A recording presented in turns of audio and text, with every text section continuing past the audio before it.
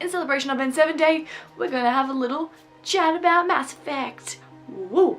As in Australia, of course. So it's been a decade since Mass Effect was released. It was released in 2007 and I find that absolutely mind-blowing just because of how far games have developed. But you know, Mass Effect, it's a trilogy where people either they love or they hate. I've never met someone who is in between of the game.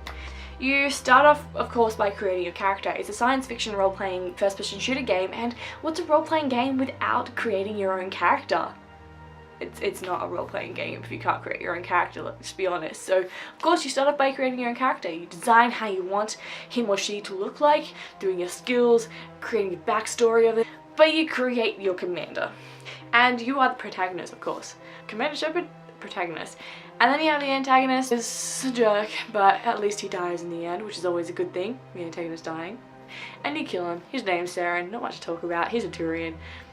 It's quite a complex game when it comes to killing things. It's a complex game and you have to try and figure out like, well, how to use your skills. So when you, with your character build, when you first start off creating your character and your skills and what your character be, trying to work with that and adapt to that, it takes so long to figure out how to use your player and their abilities. It's one of those games where if you don't know your skills off by heart and you don't know your team players, your team members and their skills, you miss out on the game. Side missions are absolutely important. They are vital to the game.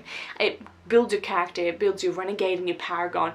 Yes, they are very repetitive and boring, but yes, they can be fun as well if you make them fun.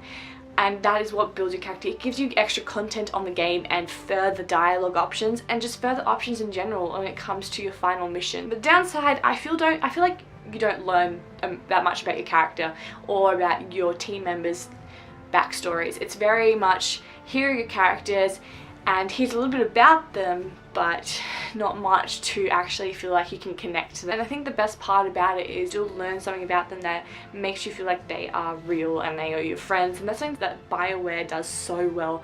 They allow you to connect with your team members and make them feel like that they are real, and you're like, wow, I wish that these people were real. Like, you are in a game and it feels so realistic that when you get out, you're like, I wish I had these friends in real life, and I wish I could be Commander Shepard, but yeah, that's done.